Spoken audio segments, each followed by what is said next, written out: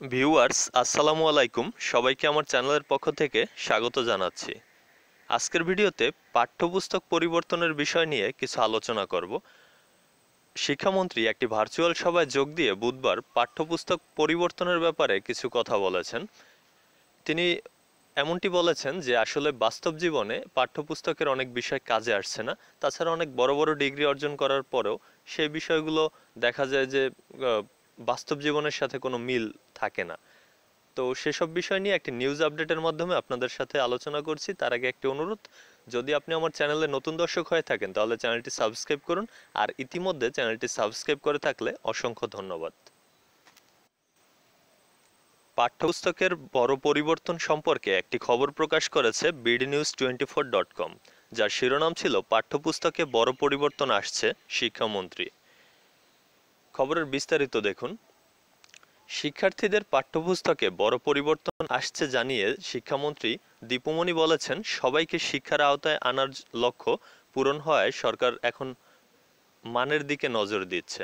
বুধবার ভিডিও কনফারেন্সের মাধ্যমে ঢাকার আন্তর্জাতিক মাতৃভাষা institute education reporters association of Bangladesh ইরাবের বেস্ট রিপোর্টিং অ্যাওয়ার্ড বিতরণ এবং অভিষেক যুক্ত হয় তিনি একথা বলেন। মন্ত্রী বলেন, আমাদের পাঠ্য বইয়ের সঙ্গে বাস্তবতার যোগসূত্র নেই, যার কারণে বড় বড় ডিগ্রি অর্জন করলেও বাস্তবে তা কাজে আসছে না। এ কারণে শিক্ষা ব্যবস্থাকে বাস্তব ভিত্তিক করা হচ্ছে।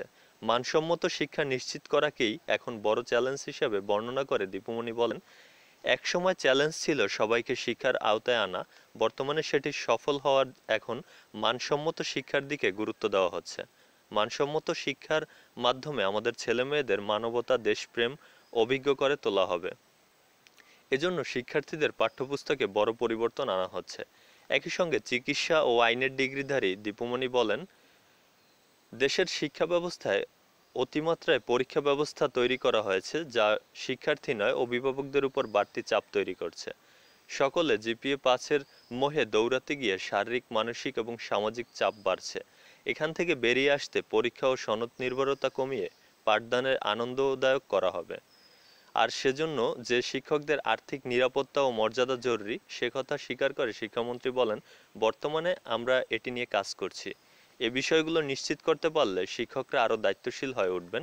পড়ালেখা শুধু পুস্তক ভিত্তিক না করে দক্ষতামুখী করে তোলা হবে।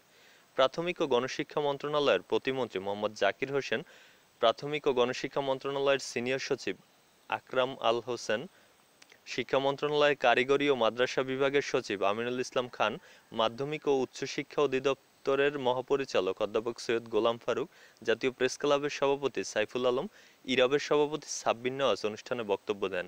ইরাবের সাধারণ সম্পাদক শফিকুল আলম সুমনের সঞ্চালনায় এই অনুষ্ঠানে শিক্ষা মন্ত্রণালয় ও গণশিক্ষা মন্ত্রণালয়ের বিভিন্ন দপ্তরের কর্মকর্তারাও উপস্থিত ছিলেন।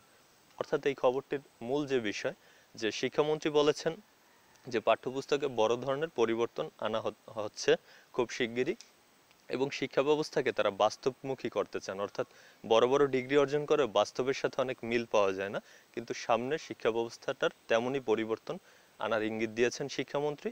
তাছাড়া আরেকটি বিষয় তিনি বলেছেন যে আসলে আমাদের এখানে কিন্তু বেশি বেশি পরীক্ষার একটা চাপ দেওয়া হয় শিক্ষার্থীদের।